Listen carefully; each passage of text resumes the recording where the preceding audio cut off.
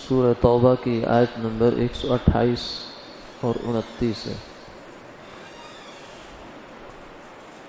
اعوذ باللہ من الشیطان الرجیم،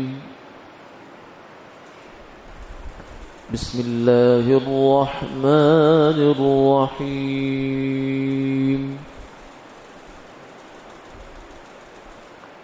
لقد جاءكم رسول من أنفسكم عزيز عليه ما عنتم حريص عليكم بالمؤمنين رؤوف رحيم۔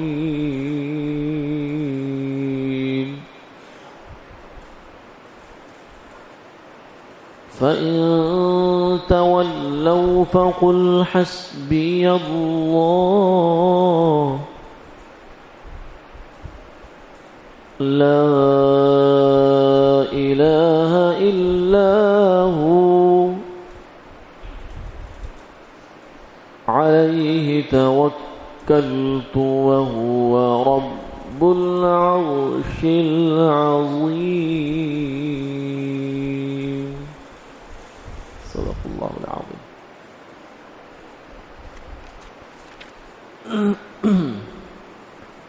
آ گئے تمہارے پاس تم میں سے رسول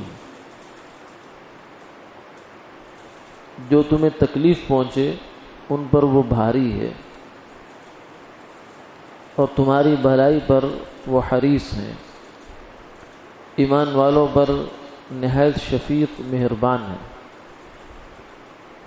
پھر بھی اگر منہ پھیر لیں تو آپ فرما دیجئے کہ مجھ کو اللہ کافی ہے، اس کے سوا کوئی معبود نہیں، اسی پر میں نے توکل کیا اور وہی عرش عظیم کا مالک ہے۔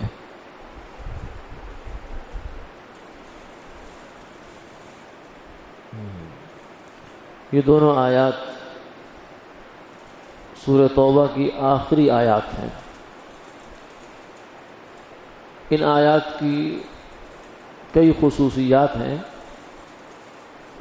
جن میں سے ایک خصوصیت یہ ہے کہ حضرت ابی ابن کعب رضی اللہ تعالی عنہ اور حضرت عبداللہ بن عباس رضی اللہ تعالی عنہ کے بقول یہ آیات قرآن پاک کی آخری آیات ہیں، یعنی اس کے بعد پھر حضور صلی اللہ علیہ وسلم پر کوئی وحی قرآن پاک کی صورت میں نازل نہیں ہوئی۔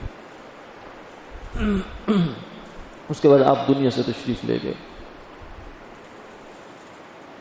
اور دوسری طرف یہ سورہ توبہ کی بھی آخری آیات ہیں۔ سورہ توبہ کا مضمون چونکہ زیادہ تر جو مرکزی بنیادی مضمون تھا وہ جہاد تھا، قتال فی سبیل اللہ، کہ کافروں کے ساتھ کیا معاملہ ہوگا، مشرکین مکہ کے ساتھ کیا ہوگا، دنیا کے دیگر لوگوں کے ساتھ کیا ہوگا، یہ سب مضامین اس کے اندر بیان ہوئے۔ لیکن اس کا جو اختتام ہو رہا ہے وہ ان آیات پر ہو رہا ہے جو حضور صلی اللہ علیہ وسلم کی انتہائی رحیمانہ، شفیقانہ، کریمانہ خصوصیات پر مشتمل ہے۔ تو اس میں اشارہ اس طرف ہے کہ انبیاء علیہ السلام جو قتال کرتے ہیں یا تلوار اٹھاتے ہیں یہ اللہ کا حکم ہوتا ہے، ان کی کوئی ذاتی خواہش غرض نہیں ہوتی، جیسے بعض لوگوں کو خون ریزی کا شوق ہوتا ہے۔ بہت سے لوگ جیسے تتاری تھے، عالم اسلام کی تاریخ میں ایک ایسا گروہ ہوا جو ادھر روسی ریاستوں سے اٹھا تھا، روس سے، ترکستان سے، اور پھر چلتے چلتے چلتے اس نے پوری دنیا کو یوں سمجھے کہ اس وقت کی جتنی بڑی دنیا تھی اکثر حصے کو اس نے ملیمیٹ کر دیا، اور وہ لوگ کھوپڑیوں کے مینار بنا دیتے تھے، خون کی ندیاں بہائی انہوں نے۔ تو وہ لوگ تو شوقین تھے خون بہانے کے، یا پھر لوگوں کو شوق ہوتا ہے ملک گیری کا کہ میں کسی زمین پر زیادہ قبضہ کر لوں، کسی کا ملک ہتھیا لوں، جیسے وہ گزرے سکندر رومی تھا، جس کو شوق تھا کہ میری پوری دنیا پر میری سلطنت کا جھنڈا گڑ جائے، بس لوگ یہ آئندہ آنے والی نسلیں مجھے یاد کریں کہ میں پوری دنیا پر میں نے فتح کی، یہاں ہندوستان تک اس نے فتح کیا تھا یونان سے چل کے۔ تو بعض لوگوں کو یہ جذبہ ہوتا ہے، اس لیے وہ تلوار اٹھاتے ہیں، بعض اس لیے اٹھاتے ہیں، بعض کوئی انتقامی جذبہ ہوتا ہے پیچھے اس لیے اٹھاتے ہیں، لیکن انبیاء علیہ الصلوۃ والسلام اللہ کے حکم سے تلوار اٹھاتے ہیں، اور اس کے لیے وہ تلوار اٹھانا بھی ایک بات تو یہ ہے کہ ان کے لیے یوں سمجھے کہ بادل ناخواستہ ہے، یعنی یہ ایسا کام ہے کہ جو وہ نہیں کرنا چاہتے۔ جیسے مریض کا کوئی ایسی خدا نخواستہ کینسر ہو جائے اس کو، پاؤں کو یا ہاتھ کو، تو وہ ڈاکٹروں کی رائے ہوتی ہے کہ اس کو کاٹ دیا جائے، ورنہ یہ سارے جسم میں پھیل جائے گا، اور اگر اس آدمی نے ویسے کاٹنے کے بعد 10 سال جینا ہے تو شاید 2 سال بھی نہ جی پائے یا 1 سال بھی نہ جی پائے، تو اس لیے اس عضو کو اس سے جدا کر دیا جائے۔ تو اس عضو کو جدا کروایا جاتا ہے، کیا جاتا ہے، اپنی خوشی سے کیا جاتا ہے، مگر بادل ناخواستہ، نہ چاہتے ہوئے۔ تو انبیاء علیہ الصلوۃ والسلام جو تلوار اٹھاتے ہیں تو ایک تو وہ بادل ناخواستہ اٹھاتے ہیں، اور دوسری بات یہ ہے کہ ان کے جہاد یا قتال کے پیچھے در حقیقت امت کی خیر خواہی بھی ہوتی ہے، انسانیت کی، کیونکہ نہ انہیں مال سے غرض ہوتی ہے، نہ انہیں منال سے غرض ہوتی ہے، نہ زمین سے، نہ کسی بھی چیز سے۔ وہ تو صرف یہ چاہتے ہیں کہ اس زمین پر جو کہ اللہ کی بنائی ہوئی ہے، اللہ کا بنایا ہوا انسان اللہ کی نعمتیں کھاتا ہے، اللہ کی دی ہوئی فضا میں سانس لیتا ہے، اس کا پانی پیتا ہے، اس کی سورج ستاروں سے، اس کی ہر چیز سے استفادہ کرتا ہے، اور پھر اسی کا منکر، اسی کا باغی، اور اسی کو آنکھیں دکھانا شروع کر دیتا ہے۔ تو اس کو ذرا تھوڑا سا تنبیہ کی جائے، سبق سکھایا جائے کہ تو کس کے ساتھ بغاوت کر رہا ہے، اور پھر اس کے نتیجے میں اگر وہ مسلمان ہو جاتا ہے، ہدایت پہ آ جاتا ہے، تو کبھی نہ ختم ہونے والی کامیابی میں چلا گیا، جنت۔ لیکن اگر وہ بیچارہ اسی کفر پر رہا تو پھر کتنا بڑا خسارہ ہے۔ تو اس لحاظ سے انبیاء علیہ الصلوۃ والسلام کا جو جہاد ہے یا قتال ہے، خود اسلام میں بھی ہے اور دیگر سابقہ انبیاء نے بھی کیا ہے، تو اس کی بنیاد کوئی کافروں سے نفرت نہیں ہے۔ کچھ لوگ سمجھتے ہیں کہ شاید کافر سے نفرت ہے، نہیں، یہ کافر کی انتہا درجے کی خیر خواہی ہے کہ اس کو کسی بھی طریقے سے، اس کو مثال سے سمجھایا، ایک بڑی اچھی مثال دی حضرت شاہ ولی اللہ صاحب دہلوی رحمۃ اللہ علیہ نے، فرمایا کہ دیکھو ایک آدمی ہے جس کی ملازم ہے یا غلام ہے، پہلے غلام ہوا کرتے تھے، تو وہ بیمار ہو گئے، ان کو کوئی جیسے بخار آ جائے یا کوئی ایسی چیز آ گئی تو بیمار ہو جاتے ہیں، تو اس آدمی کا ایک خاص کارندہ ہے جس کو اس نے کہا کہ دیکھو میاں ان کی خیر خبر کرو اور طبیب کو بلاؤ، دیکھو کیا ہو گیا ان کو۔ تو طبیب آیا، طبیب نے آ کر دیکھا کہ یہ مسئلہ ہے، یہ بیمار ہے اور یہ دوا پلانی پڑے گی ان کو، اب وہ دوا کڑوی ہے۔ اب ان کو کہتا ہے ملازم، اس کو اپنے غلاموں کو یا ملازموں کو کہ یہ دوا پی لو، اب وہ نہیں پی رہے۔ تو یہ اپنے بندے کو، اپنے جو خاص بندہ ہے اس کو کہتا ہے کہ تم ان کو پلاؤ، زبردستی پلاؤ لیکن پلا دو، کیونکہ اس کا وہ فائدہ ہے، نہیں پئیں گے تو تڑپتے رہیں گے بخار میں، لیکن اگر پی لیں گے، اگرچہ کڑوی ہے دوا، کسی زمانے میں بخار کی دوا بڑی کڑوی ہوا کرتی تھی، کنین، لیکن پی لیں گے تو راحت ہو جائے گی، فائدہ انہیں کا ہے، اور ان کا فائدہ بالآخر میرا فائدہ۔ تو اس طریقے سے فرمایا کہ جو آدمی کافر ہے، اللہ کا منکر ہے، اللہ کے پیغمبر کا منکر ہے، کفر ہے اس کے اندر، شرک ہے اس کے اندر۔ اب یہ تو مرض ہے، کینسر سے بھی خطرناک مرض ہے، کیونکہ کینسر کی انتہا موت ہے، لیکن کفر کی انتہا کوئی نہیں، اس کے اوپر جو سزا ہے اس کی کبھی انتہا نہیں ہے، خالدین فیہا ابدا، ہمیشہ ہمیشہ کے لیے جہنم۔ تو جو آدمی کفر و شرک کے اندر مبتلا ہے وہ ایسے مرض کے اندر مبتلا ہے جس کا نتیجہ ہمیشہ ہمیشہ کی عذاب اور تکلیف اور پریشانی ہے۔ اب اللہ تعالیٰ انبیاء علیہ السلام سے کہتے ہیں کہ ان کو سمجھاؤ، پہلے زبان سے سمجھاؤ، اگر یہ نہیں سمجھتے تو پھر ان کے ساتھ تھوڑی بہت زور زبردستی کرنی پڑے پھر بھی کر لو، کیونکہ فائدہ ان کا ہے۔ تمہارا تو کوئی فائدہ نہیں. اس لیے انبیاء علیہ السلام تو جب دنیا سے جاتے ہیں تو ہاتھ جھاڑ کے جاتے ہیں. انہوں نے تو نہ کبھی اپنے لیے کچھ بنایا نہ اپنی اولادوں کے لیے کچھ بنایا. اولادوں کے لیے تو کچھ دے کے نہیں جاتے. فرمایا نحن معشر الانبیاء، ہم جتنے بھی نبی گزرے، لم یورثوا درہما ولا دینارا، وہ اپنی وراثت کے طور پر ایک درہم چھوڑ کے نہیں جاتے. سلیمان علیہ السلام کی کتنی بڑی بادشاہت اللہ نے ان کو دی، لیکن سلیمان علیہ السلام نے اپنی جائیداد جاگیر اس سے کچھ نہیں بنائی. نبی اپنے لیے کچھ کرتے ہی نہیں ہے، تو ان کو کسی کے مال سے اور کسی چیزوں سے کیا غرض ہے. ان کی تو بالآخر غرض یہی ہوتی ہے کہ ان کا کچھ سنور جائے. اس لیے انبیاء علیہ السلام، اگر ویسے تو یہ بات ایسا ہے نہیں، لا اکراہ فی الدین، دین میں اکراہ نہیں، زبردستی نہیں، یعنی جو کفر پہ رہنا چاہتا ہے رہ لے، جو مسلمان ہونا چاہتا ہے ہو جائے. اصول تو یہ ہے، اور اللہ کا یہ بھی ایک مہربانی ہے اور اس اصول ہے.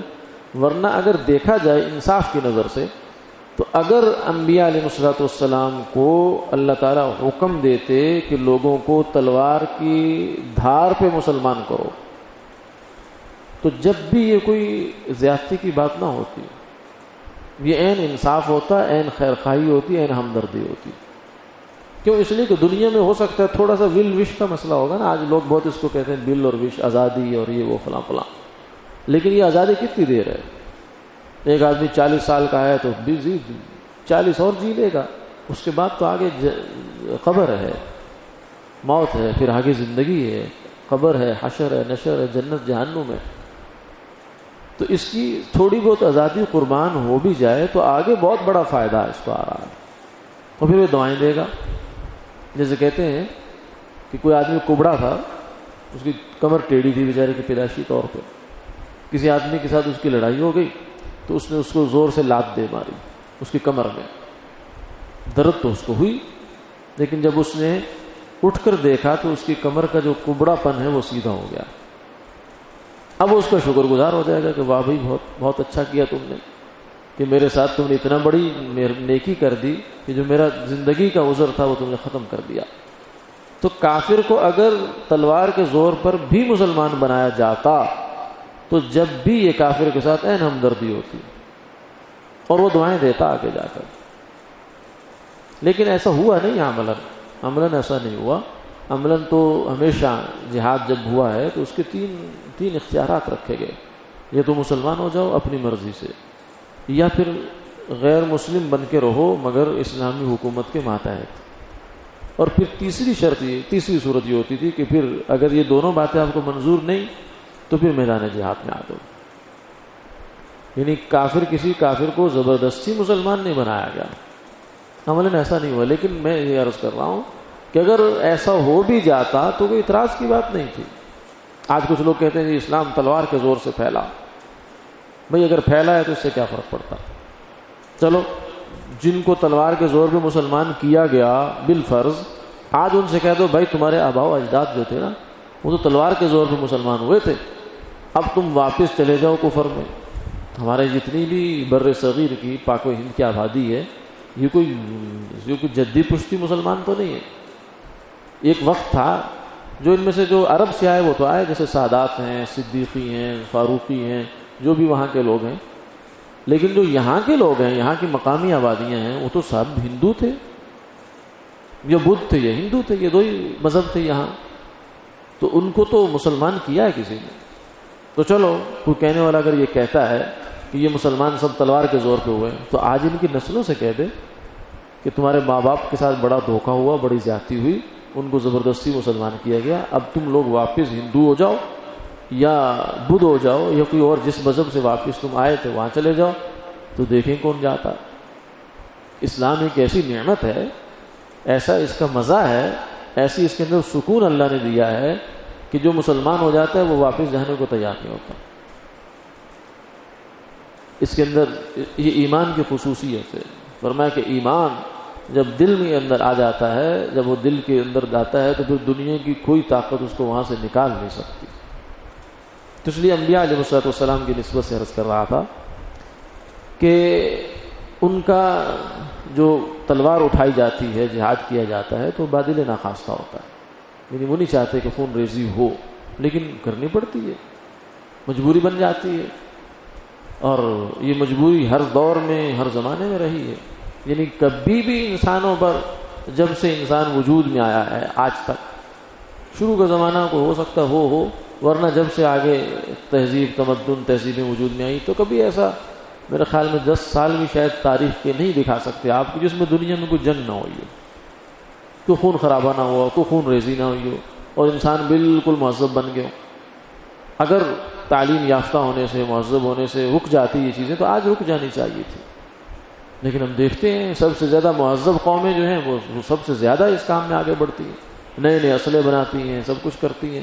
اس لیے یہ تو خون ریزی، لوگوں کا آنا جانا، کچھ مرنا مرانا، یہ تو چلتا رہتا ہے. لیکن اصل بات یہ ہے کہ یہ انبیاء علیہ الصلوۃ والسلام جو تلوار اٹھاتے تھے وہ کسی مقصد کے تحت ہوتی تھی اور لوگوں کی خیر خواہی کے لیے ہوتی تھی.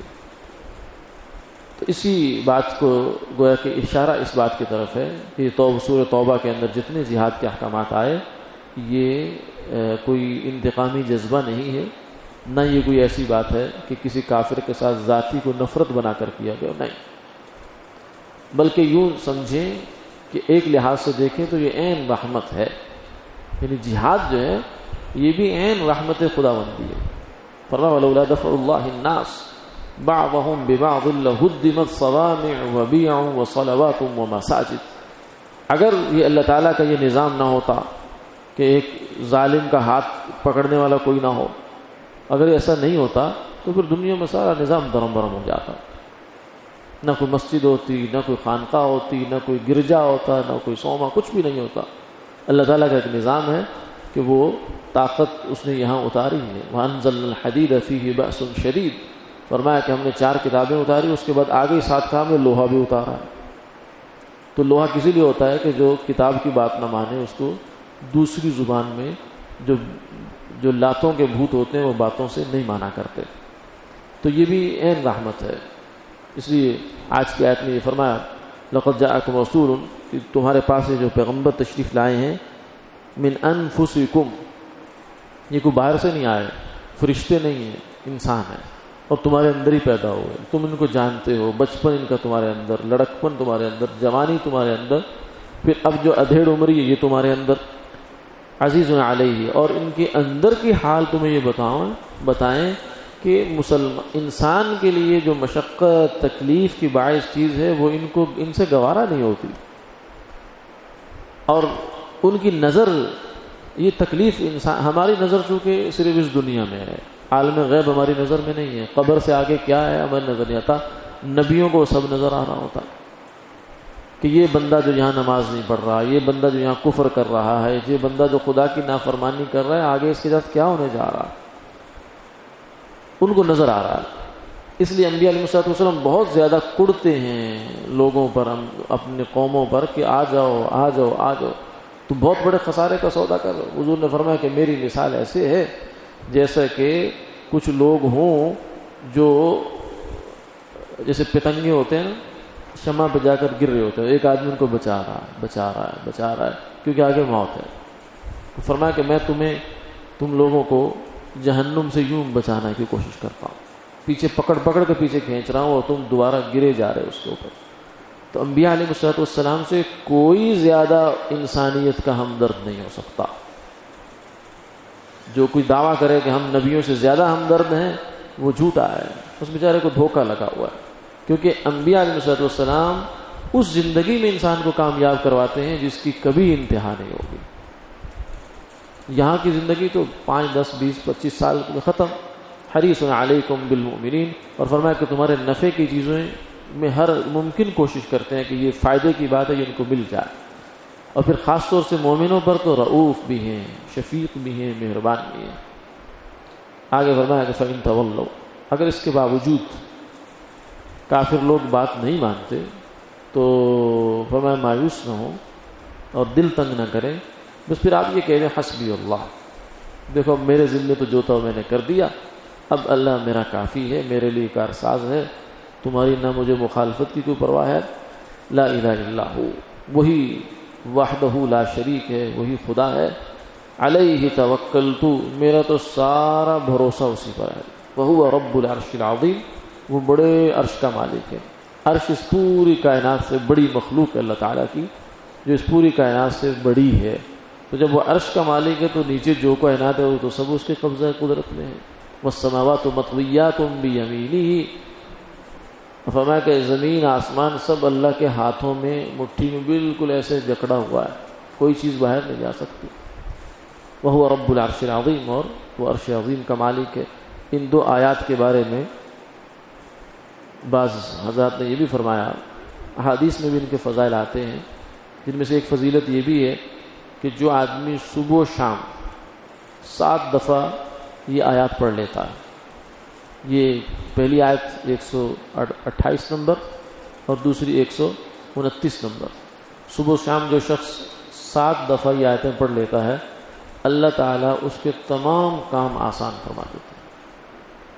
یعنی ان آیات کے اندر کوئی ایسی بات ہوگی، خاص طور سے جو حضور صلی اللہ علیہ وسلم کی صفات بیان ہوئی، کہ اس کی برکت سے اللہ تعالیٰ اس کے جو ہے تمام کاموں میں آسانی فرما دیتے ہیں۔ صبح و شام 7 دفعہ اگر آدمی ان آیات کو پڑھ لیتا ہے۔ وآخر دعوانا الحمدللہ رب العالمین۔